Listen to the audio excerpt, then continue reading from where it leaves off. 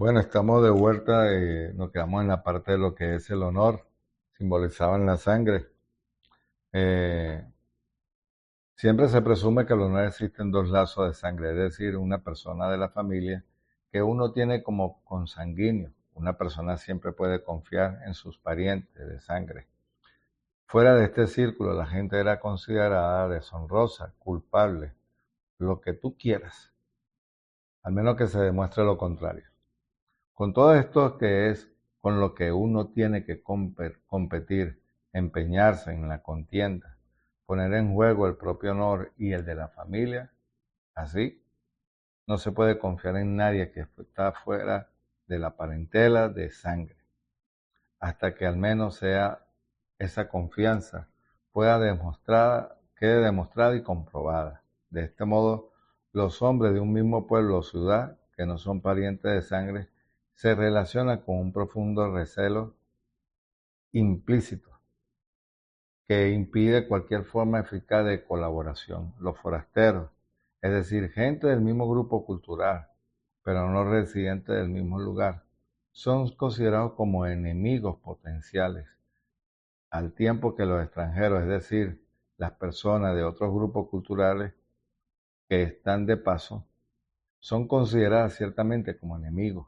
En consecuencia, cualquier interacción o conversación entre dos hombres o entre dos mujeres, los géneros se mezclan, carentes de relación que implica que ambas partes estén al tanto del menor indicio de las intenciones o actividades del otro. Es decir, no confían entre ellos mismos, pero sin embargo el honor, eh, ¿quién eres? Ah, si trabaja para fulano, es como algo de prestigio, pues. ¿Se da cuenta? Tales interacciones no se interesan por la sociabilidad, sino que son más bien expresiones de oposición y distancia. Miren, lo podemos ver en el caso de David y Nabal. ¿Qué dijo Nabal de David? ¿Quién es ese? David es conocido en el mundo antiguo y para la mente antigua lo veían como un mercenario, un hombre que se dedicaba a robar a gente que pasaba con, con comida, alimento, y era todo lo contrario, David los protegía. Entonces David se estaba jugando el honor también de su padre, de su familia y él mismo, porque eran una familia reconocida.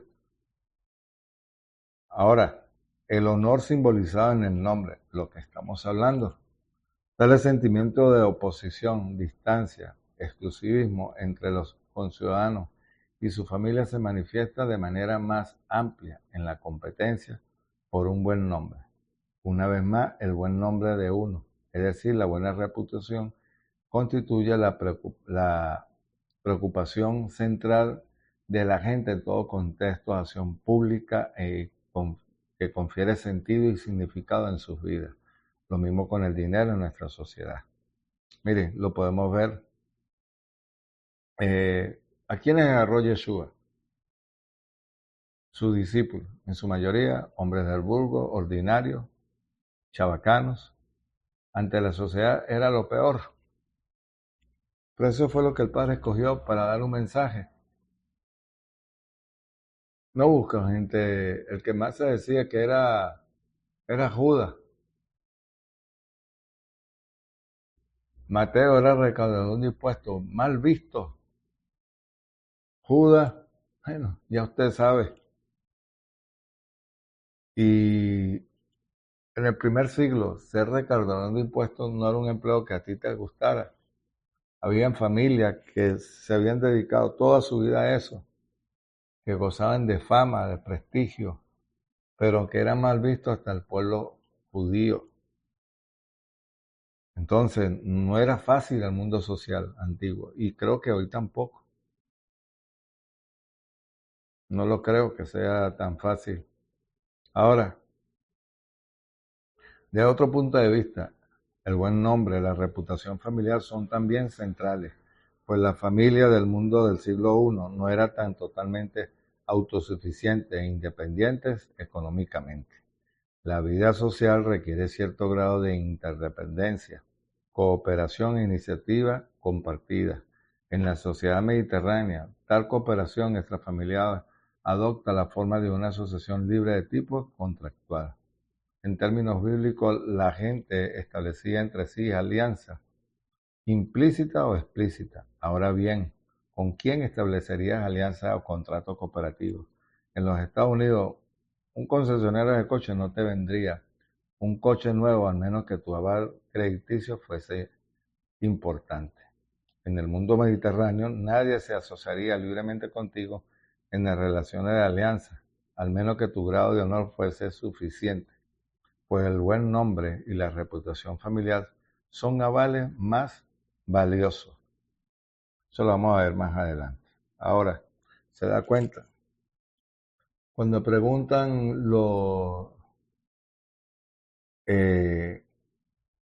que querían saber de dónde vendría el Mesías, ¿qué decían? ¿Podrá salir algo bueno de allá? Porque lo veían con poca estima. Era una zona rural muy pobre, pero que también, pobre en el sentido que la gente vivía como esclavizada, pues. Pero el oficio era el carpintero o pastorear, sembrar, que las personas que estaban esclavas, por supuesto, estaban oprimidas. Por eso es que dicen, ¿y de aquel lado puede salir algo bueno?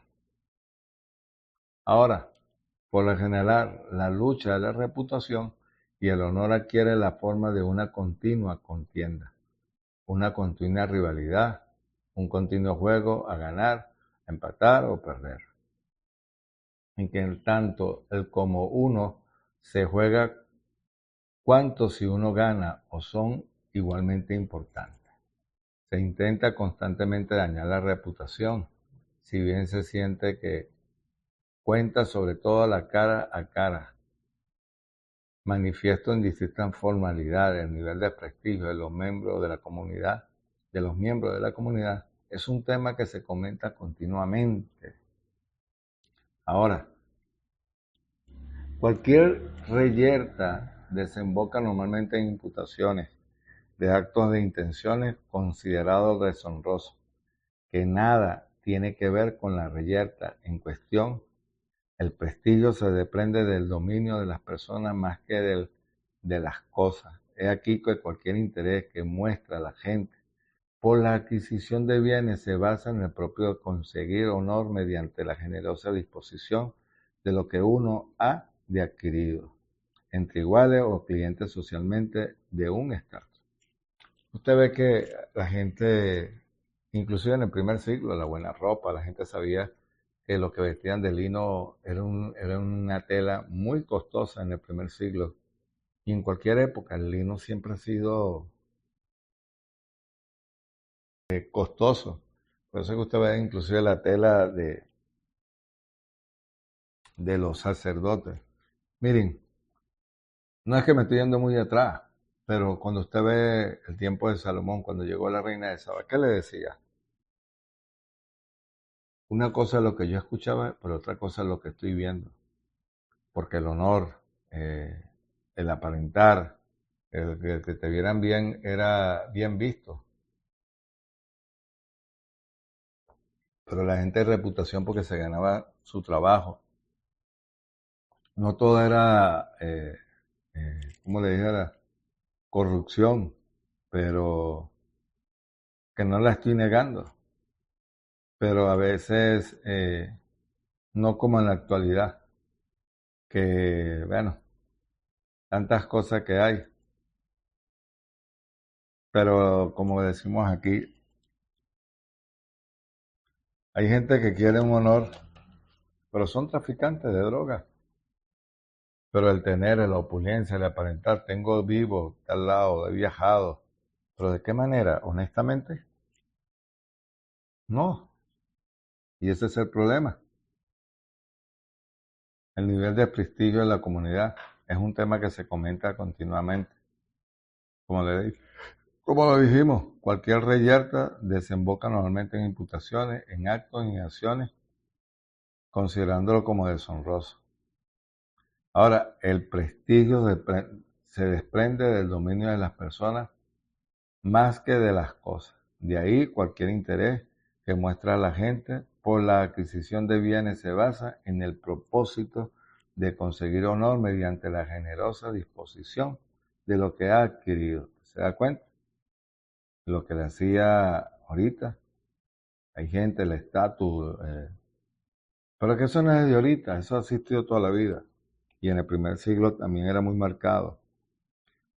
En otras palabras, el honor se adquiere mediante los beneficios, no mediante el hecho de la posesión y la conservación de lo que ha adquirido. De manera que el dinero, los bienes y cualquier tipo de riqueza constituye realmente un medio de honor y cualquier otro uso de riqueza era considerado como una necedad.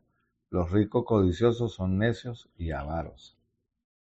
En consecuencia, persona honorable es aquella que sabe cómo y de hecho puede mantener sus fronteras sociales con la confluencia de poder, género, respeto social, incluido hacia el padre. Pero persona sin vergüenza es aquella que no observa las fronteras sociales. Necio es quien toma en serio una perspectiva sin vergüenza. ¿Cómo se manifiesta y se reconoce específicamente el honor? ¿Cómo se manifiesta y se reconoce el honor? Recuerda que sin duda que la serie de fronteras sociales que asimilamos en el proceso de la inculturación nos suministra una especie de mapa socialmente compartido que nos posibilita y nos urge a actuar en su propio límite de la persona. Miren, lo que Yeshua hablaba. Había un hombre que era un mayordomo, pero que le daba pena pedir, porque eso se manejaba. Y él dice, ¿cuántos ciclos, por decirte, cuántos sacos de arena eran? 100, pon 50 y déjalo así. Después le dice, ¿cuánto tenías de grano? 200 kilos, pon 150 y lo otro déjalo así. Porque dice, los hijos de la oscuridad inclusive son más sagaces que los hijos de la luz. Y lo que está hablando es no de la viveza, que fuesen activos, que tuviesen malicia, pero malicia en el buen sentido de la palabra. Inclusive, él habla de las parábolas de los talentos. Y dice que le dio para que lo multiplicara, pero a otros lo que le dio y lo enterró. ¿Qué le dijo? ¿Qué le dijo? Se lo dio a otro para que lo multiplicara y él estaba en un lugar de vergüenza. Ahora, podemos nosotros, eh, hoy en nuestra sociedad, por ejemplo, lo mismo que nuestros mapas de carreteras sociales, que señalan los límites de mi casa y de la tuya, permitiendo el acceso libre a las viviendas que son o que pueden ser íntimos tuyos, pero digo que nos separa, pues. Hoy por hoy las casas no es que se comparten en el mismo techo, sino que están pegadas a veces de la una a la otra. A eso se refiere. Una persona física es réplica de un espacio social de tu casa. Por réplica entiendo el uso, diferentes ámbitos, modelos de conductas similares y con frecuencias idénticas. Miren, la parábola del hijo pródigo. Esa es una. ¿Qué le dice? Le dio para que hiciera, pero no lo hizo. En cambio, el que no quería fue y lo hizo, pero también el que se fue de lejos malgastó y sin embargo le da la oportunidad. Mire, hay tantas cosas que dijo el Mesías que de verdad nos pone a pensar. Pero volvamos al ejemplo del mismo modo en que puede permitir en que entre tu casa personal de servicio con alguien de propósito específico, que también puede permitir que el personal de servicio tenga un acceso limitado a tu persona física con propósito específico del fontanero o el electricista en tu casa, el médico o el dentista en persona física. Las normas de interacción con cada personal, por supuesto, son generales y muy similares, pero distintas, por supuesto, porque a veces minimizamos lo que hacen. Si no es médico, no, y si es un electricista, cualquiera, no, tiene su rol cada quien en su función. Ah, que hay otros lugares de relevancia, de importancia, sí, pero servir en Roma era lo más, eh, como decía un alto gobierno inglés, chino, americano, una persona de renombre, pues, a eso me refiero. Ahora, eh,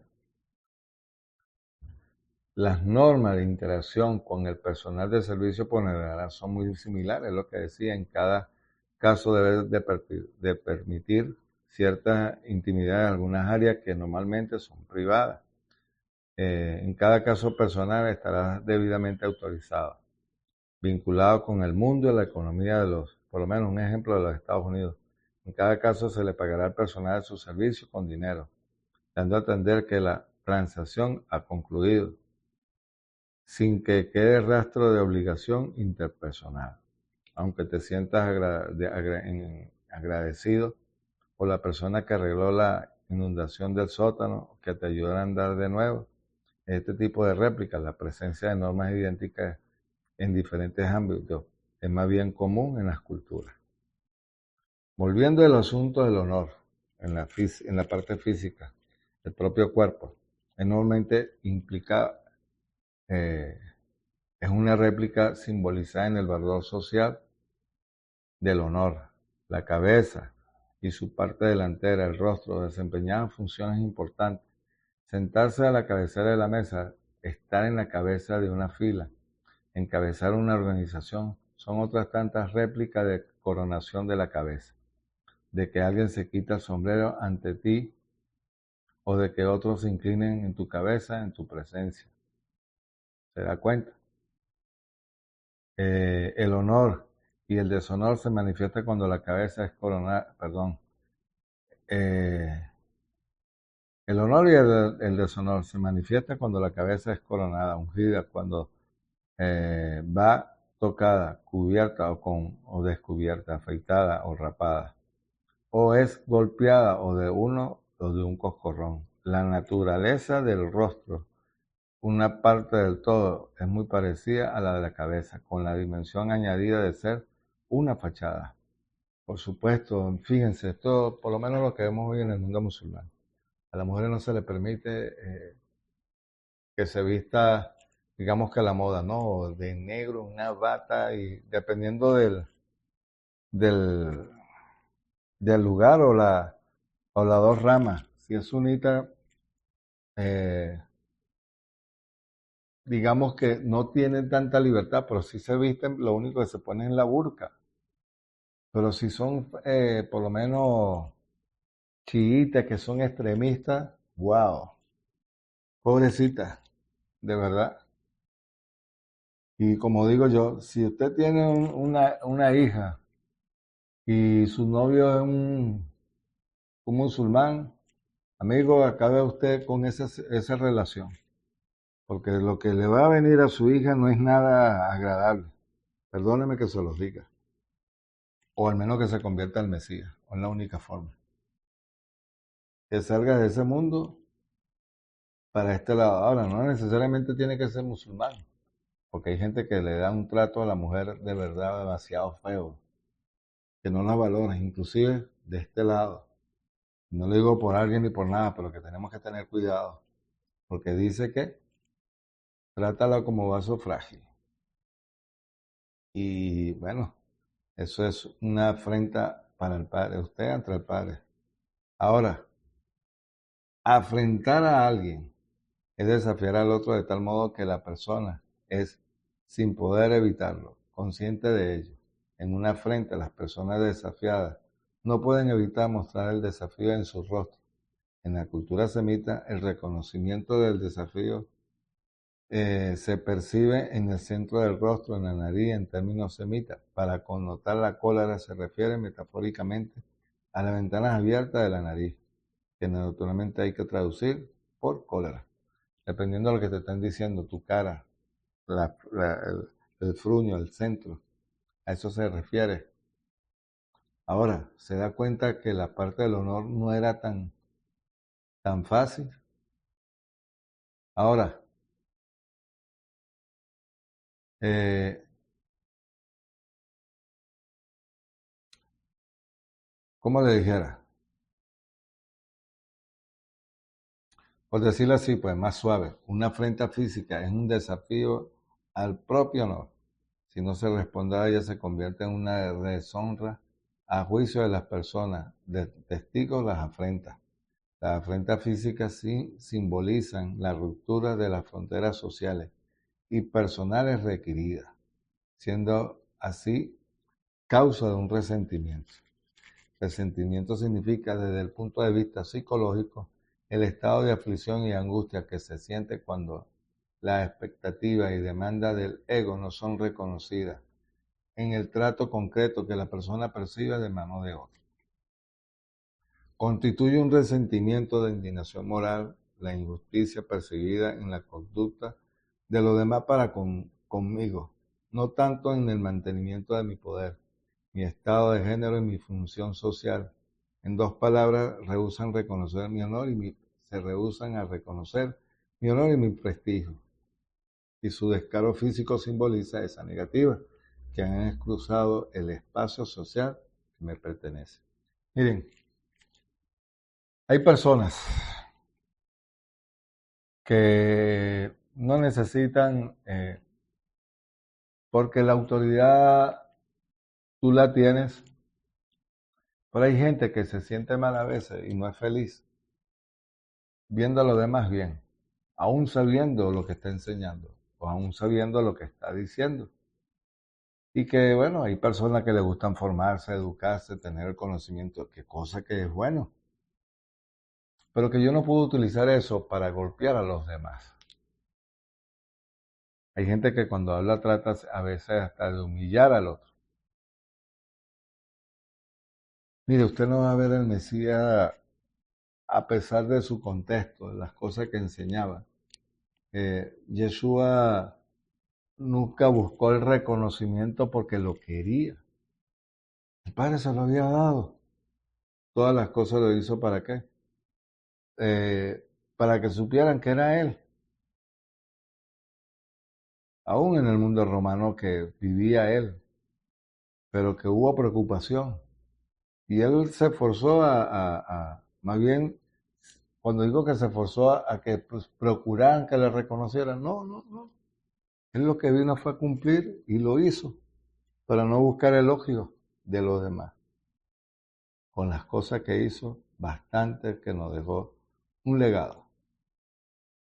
Para devolver las cosas a su estado normal, se requiere una respuesta, una especie, un empujón a los retadores para echarlos a la otra parte de la línea, junto con una reparación de la valla. Este proceso de restauración de la situación tras la privación del honor es llamado generalmente satisfacción o búsqueda de la satisfacción. Permitir que alguien impugne el propio honor, con peligro de que lo robe, o dejarlo en un estado de profanación, fuera de lugar, sucio e impuro. Esto haría una persona algo socialmente deshonrado, deshonorable. Por otra parte, trata de restaurar el propio honor, aunque no sea tenido en éxito en la empresa. Es devolver el propio honor a estado de sacralidad, purificación, limpiarlo, quedando así socialmente honrado, con valor, con posición. ¿Se da cuenta? Si usted actúa bien, usted no tiene que estar peleando. Mire, a veces, como dice el proverbio, no le eche perlas a los cerdos. Si usted sabe el comportamiento de alguien que es tóxico, dañino, ¿para qué lo busca? O tratar de que tú le quieres enseñar, no, no, mira, cuando la gente es necia, déjalo en su necedad. Que sobran, que sobran, y bastante. Porque hay gente que quiere el reconocimiento, pero se ha propuesto aprender, se ha propuesto crecer, porque eso también así es que se gana el honor. No con hechos, perdón, no con palabras, sino con hechos. Por eso que Yeshua decía, no hagan lo que dicen, porque ellos dicen, pero no hacen. Ese es el problema que tenemos, no en el primer siglo, inclusive en la actualidad. Ahora, una vez más, es importante observar que, según los modelos sociales del resto, al honor, no todos pueden aventurarse en esta empresa. Según las normas no escritas o códigos implícitos, solo los iguales pueden intervenir en el juego. Son igual, pueden realmente desafiar al otro en un modo tal que todos perciben la interacción como un desafío. Solo un igual que debe ser reconocido como tal puede impugnar el honor de una persona o afrentar al otro. La razón en las reglas del reto al honor requieren que los retadores compartan relaciones sociales iguales. Así que una persona inferior en la escala de posición social, de poder del estatus basado en el género, no tiene suficiente honor para adaptarse o por darse por ofendido por la afrenta de alguien superior. ¿Se da cuenta? Y eso busca mucha gente, es deshonrar, desacreditar. Pero aquí estamos hablando en el mundo social del primer siglo. ¿Qué dice? Miren, para poder castigar el descaro, así un hombre puede enfrentar físicamente a sus hijos, a su esposa. Una persona de alto rango puede golpear a alguien de rango inferior. Los libres pueden abofetear a los esclavos. Estamos hablando del primer siglo. Oiga, el ejército romano ocupante puede burlarse de los autóctonos de clase baja. Estos interacciones no implican en esa misma disputa de honor. Pueden implicar que el honor del otro, inclusive los patronos que tienen que proteger los intereses del cliente, pero por ahora esta no haría más que complicar las cosas. Volveré sobre ello más tarde. En otras palabras, el juego sobre el honor son responsables solo ante sus iguales sociales, solo quienes pueden competir a tenor de los códigos sociales. Miren, interesante, interesante todo esto. Hay mucha información en cuanto a lo que es el honor, la parte física, si le podían pegar, inclusive hasta abusar sexualmente. La paz romana, el culto imperial, era demasiado, la fuerza que se ejercía en el primer siglo, no solamente al mundo judío, al gentil, a todos, a los griegos, y que siempre se buscaba mantener el prestigio. Pero el prestigio, ¿cómo lo mantienes? Honestamente. Pero si eres malvado, si eres mala persona, dificulto que el honor lo tengas. Así que bueno, familia, nos vemos la próxima semana en el mundo social del primer siglo y nos vemos la próxima semana. Ley Rabot, hasta pronto.